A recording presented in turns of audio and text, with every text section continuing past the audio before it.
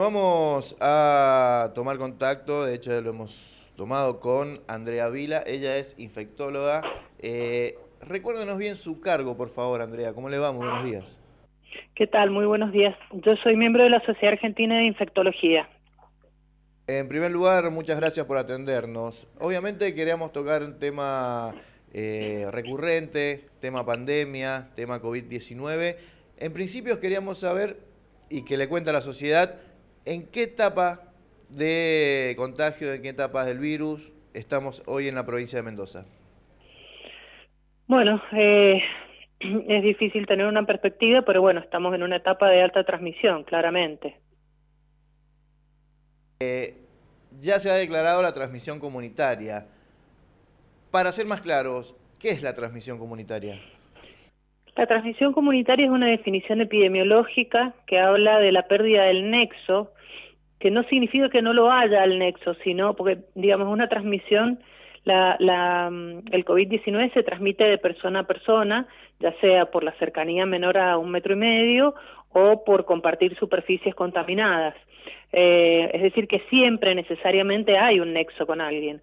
Cuando hay transmisión comunitaria, como está ocurriendo en Mendoza, la persona no sabe referir cuál fue ese nexo, porque está tan diseminada la infección que probablemente ocurrió en un transporte público, en la baranda de un edificio, tocando un botón de un ascensor, entonces la persona no puede referir. Hemos cambiado de etapa. Hasta hace 2 meses era claro que si uno tenía contacto con un caso confirmado o un brote en un lugar determinado, pero ahora hay múltiples brotes en diferentes lugares y hay gran cantidad de personas que no saben referir en qué situación se han contagiado. Un virus altamente contagioso, ¿no? Es altamente contagioso dependiendo de la conducta de la población. Es decir, la tasa de transmisión de los virus que se transmiten requiriendo grandes gotas o contacto entre las personas depende de la conducta humana. No así, por ejemplo, los virus que se transmiten por vía aérea. Vamos al ejemplo del sarampión. El sarampión se transmite por vía aérea, su tasa de transmisión es altísima independientemente de lo que haga quien haga. Por ejemplo, en una familia, si un niño tiene sarampión va a contagiar a prácticamente el 100% de los convivientes. ¿Por qué? Porque está en el aire el virus. Entonces no hay forma de que los convivientes no se contagien.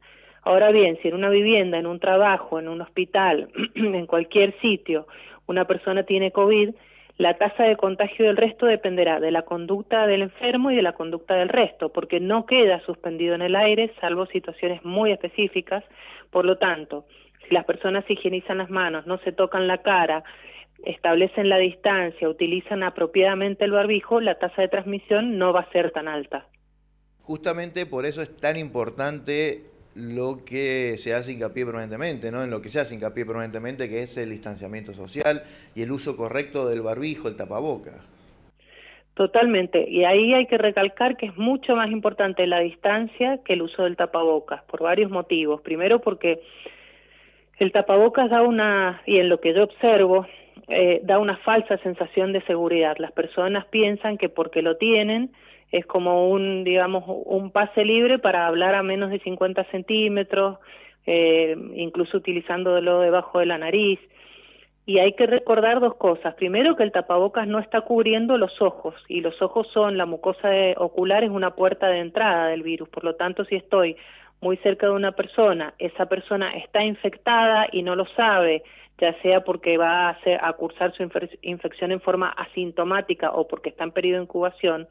Si yo me pongo a menos de 50 centímetros, esa persona durante el habla, no es necesario que tosa o estornude, durante el habla expele gotas infectadas y esas gotas van a caer en mi barbijo o tapaboca, lo van a contaminar, y ya sea después tocándome el barbijo y llevándome la mano al ojo o llevando ese barbijo contaminado a mi hogar, voy a estar transmitiendo la infección. Entonces, la distancia es irreemplazable y el tapaboca es una medida secundaria protectora, siempre que se lo maneje bien. Eso significa llegar al hogar directo a colocarlo a lavar o utilizar barbijo descartable y tirarlo. Bien, ¿cuáles son, en realidad, a cuántos días una persona infectada comienza con los síntomas verdaderos de la infección? El periodo de incubación promedio es de 5 a 7 días, con un máximo de 14 días. Es decir que cuando una persona se infecta, en promedio y en general la mayoría empieza a presentar síntomas a los 5 a 7 días. Sin embargo, empiezan a transmitir, o sea, a ser contagiosos dentro de las 48 horas antes del inicio de los síntomas. Es decir que la línea del tiempo es, hoy me contagio, dentro de 5 días empiezo a transmitir, dentro de 7 días, o sea, 2 días después de esos 5 días, empiezo a sentirme mal. Por eso es que la distancia social me protege a mí, pero protege al resto, porque podemos estar infectados en periodo de incubación antes del inicio de los síntomas y estar contagiando. ¿Los síntomas aparecen todos juntos? No, no necesariamente, y hay que estar muy atento a los síntomas. Un dato importante es que lo que yo estoy observando en la práctica mía es que la gente dice, no, es que esto parece gripe. Es que realmente parece gripe, COVID parece gripe, y no estamos teniendo circulación de gripe. Debido a la alta tasa de vacunación de la población, debido a las medidas de distanciamiento, hay muy poca circulación de gripe. En el mes pasado la mayor parte de las infecciones respiratorias fueron COVID. Y los síntomas que pueden ir apareciendo en forma gradual son múltiples. La verdad que es un virus que va dando sorpresas, pero bueno, los síntomas más importantes que se están viendo son el dolor de garganta, dolores musculares, cansancio extremo, congestión nasal. Diarrea es algo muy importante porque es muy frecuente, 20 a 30% de las personas incluso puede ser un síntoma de comienzo. Y bueno, como ya se ha escuchado muchísimo, la falta de gusto y olfato, que son tan característicos. La cefalea también es otra manifestación muy frecuente. También hay otras cosas más atípicas, pero que pueden ocurrir, como la erupción cutánea y conjuntivitis. Y estos síntomas pueden ir apareciendo en forma gradual, progresiva, uno detrás de otro. Entonces, si tenemos alguno de estos síntomas, conviene quedarse aislado en el hogar, en la habitación, a la espera de ver cómo evoluciona y consultar en algún hospital. La fiebre, por supuesto, que creo que no la mencioné, bueno, también es otro de los síntomas.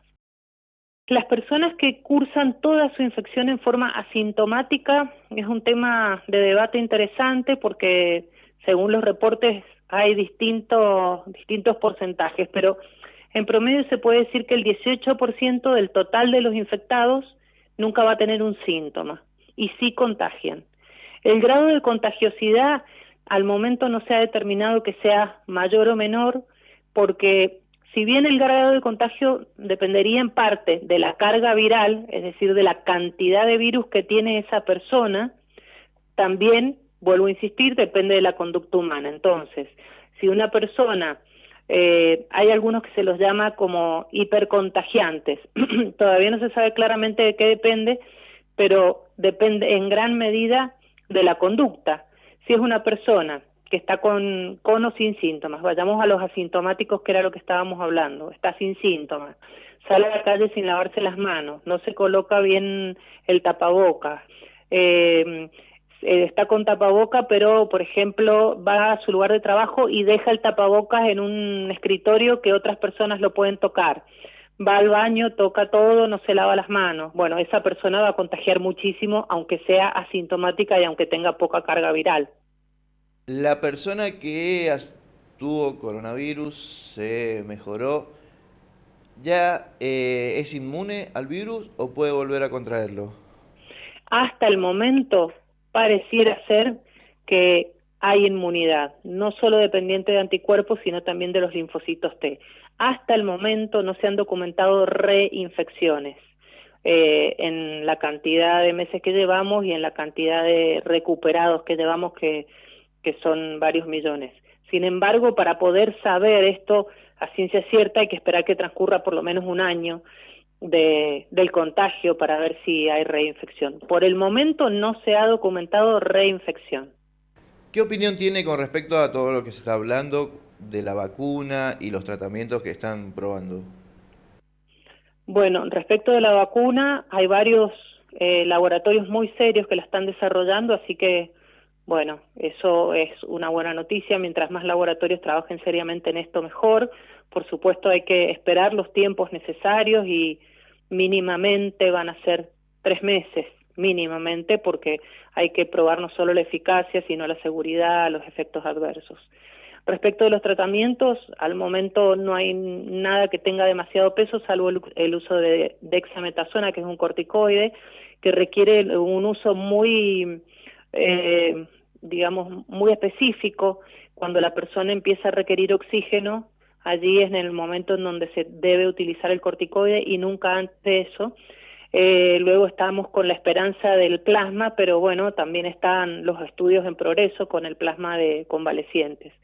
Y una nota de color que me he enterado bastante grave es que hay personas, comercios, no sé en dónde, que venden dióxido de cloro y la gente está tomando dióxido de cloro para no contagiarse. Eso es sumamente tóxico, no es el tratamiento de nada y las personas pueden enfermar gravemente por ingerir derivados del cloro, así que eso, por favor, que nadie lo haga. Los tratamientos disponibles son para las personas internadas, deben ser indicados por médicos de instituciones reconocidas y son los que he mencionado, no hay más, por ahora no hay milagros ni mucho menos ingerir tóxicos.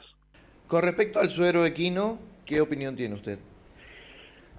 El suero equino, hay mucho menos estudios que con el suero, con el plasma de convalecientes y tiene muchos más efectos adversos. La verdad que por el momento no es un tratamiento estándar con demasiada evidencia. Teniendo en cuenta los picos, perdón, los números de contagios en la provincia de Mendoza, ¿creen que estamos en el pico? ¿Se espera que sea o que se produzca un pico de contagio en los próximos meses? Eh, Difícil de predecir porque dependerá de la conducta humana, pero creería que aún no estamos en el pico. He notado en cada una de sus respuestas que llama usted a la conducta humana, a la responsabilidad social. Es la base de todo esto, ¿no? Para evitar los contagios. Sí, es clave, digamos, así como el gobierno irá tomando sus medidas y las va tomando en base al avance de la pandemia, en base a las restricciones económicas que por supuesto es otro elemento a valorar y en base a decisiones que tienen que ver con el bienestar en muchos sectores, ¿no es cierto? Insisto, en el tema económico también, pero cada uno de nosotros tiene su responsabilidad que es intransferible y ya me parece que todos sabemos el mecanismo de contagio, el mecanismo de transmisión, el mecanismo de prevención y realmente es alarmante la cantidad de personas que uno ve al salir en la calle que están a menos de 50 centímetros charlando, fumando, que es un acto de llevarse las manos a la boca, una forma de contagio. Y es increíble, yo no dejo de asombrarme de que sean medidas tan claras, tan sencillas, porque no es sumamente complicado, no es que la medida de prevención sea salir a la calle con los ojos cerrados y las manos arriba de la cabeza, no es tan difícil. Y no lo cumplen, me llama mucho la atención.